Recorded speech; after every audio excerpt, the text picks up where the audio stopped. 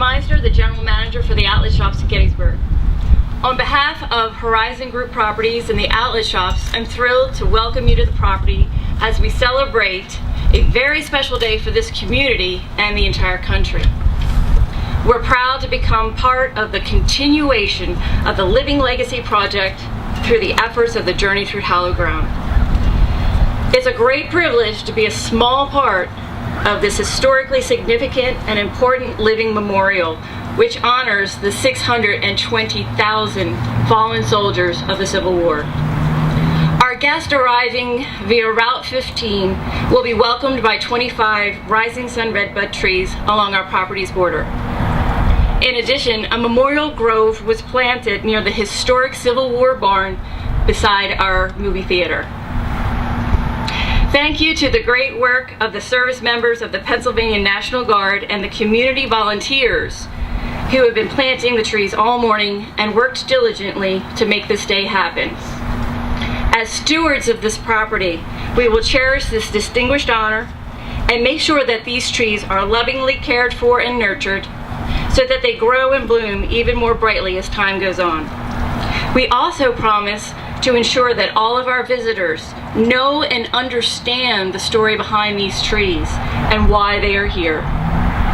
We are proud to be a part of the rich history of Gettysburg and extremely proud to be a part of the Living Legacy Planting Project. We stand here within the Journey Through Hallowed Ground National Heritage Area, the 38th such region in the country to be designated by Congress as such.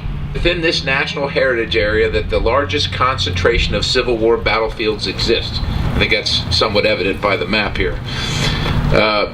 You and I, we are the link between the past and the future.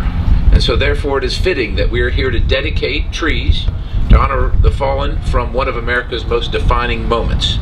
The trees planted in Gettysburg are part of a much larger effort known as the Journey Through Hallowed Ground Partnership's Living Legacy Tree Planting Project, which has a goal of planting one tree for each of a staggering 620,000 soldiers who died during the American Civil War as a living memorial for their individual combined sacrifices. I just want to say that again, staggering 620,000. You think about that. Guys, look at how many of you are here today and just think 620,000 souls lost in this great effort. We're here today on this very spot of the Aaron Sheely Farm. Though this specific spot was not a hospital, the farm was headquarters of Misener Patrick, the Provost Marshal of the Army of the Potomac. Hundreds of Confederate prisoners were first gathered here before being marched to two taverns and eventually to prisoner of war camps. But very close to this site, just to the east of this farm, was the Jacob Swartz Farm, which was the 2nd Corps Field Hospital, situated on Rock Creek.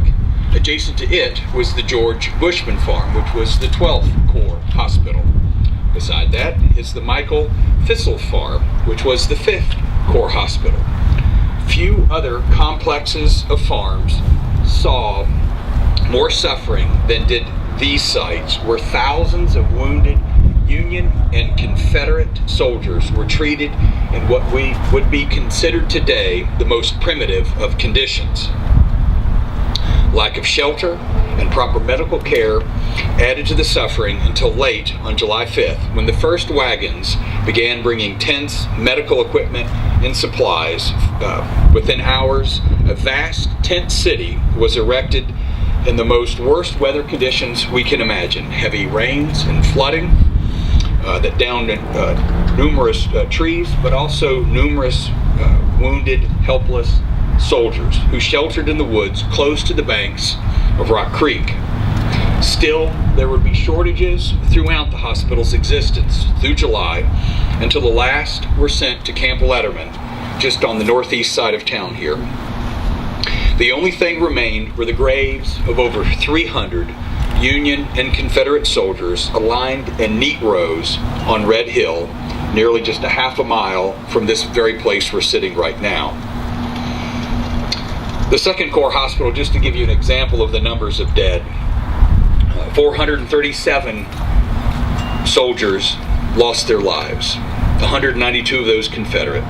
approximately 1 in every 4 treated here perished. The Union dead were removed to the Soldiers' National Cemetery in town in 1864. Confederate burials were removed to Hallowed Cemetery in Richmond, Virginia in 1872 and 1873. And it really makes us think of these themes of a new birth of freedom, honor, and remembrance. I think it's very fitting to remember the soldiers who fought and died here. And I think it's also very fitting that soldiers of today's military take part in this ceremony and this great way to remember those who fell here and in other battles across the country during the American Civil War. These trees represent the estimated 620,000 soldiers that gave their lives during the Civil War. All of them fighting and dying for what they believed in, whether survival of the Union or independence for the Confederacy. As quoted by Abraham Lincoln in his Gettysburg Address, that from these honored dead we take increased devotion to that cause for which they gave the last full measure of devotion. We are all gathered here to remember these fallen soldiers. Let us never forget the great sacrifice that was offered up by these brave men and women.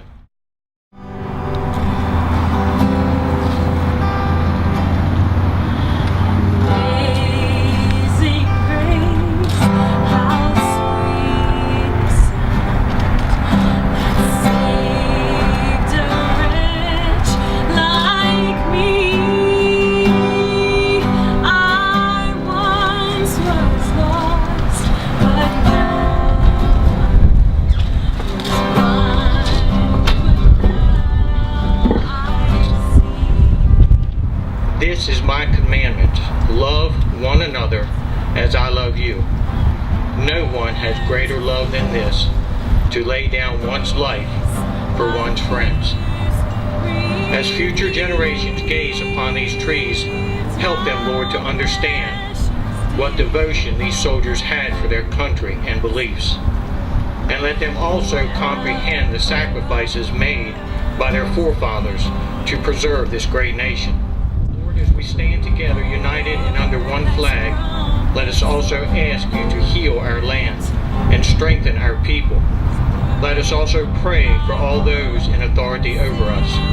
And let us never forget these fallen soldiers who fought and died for this great country.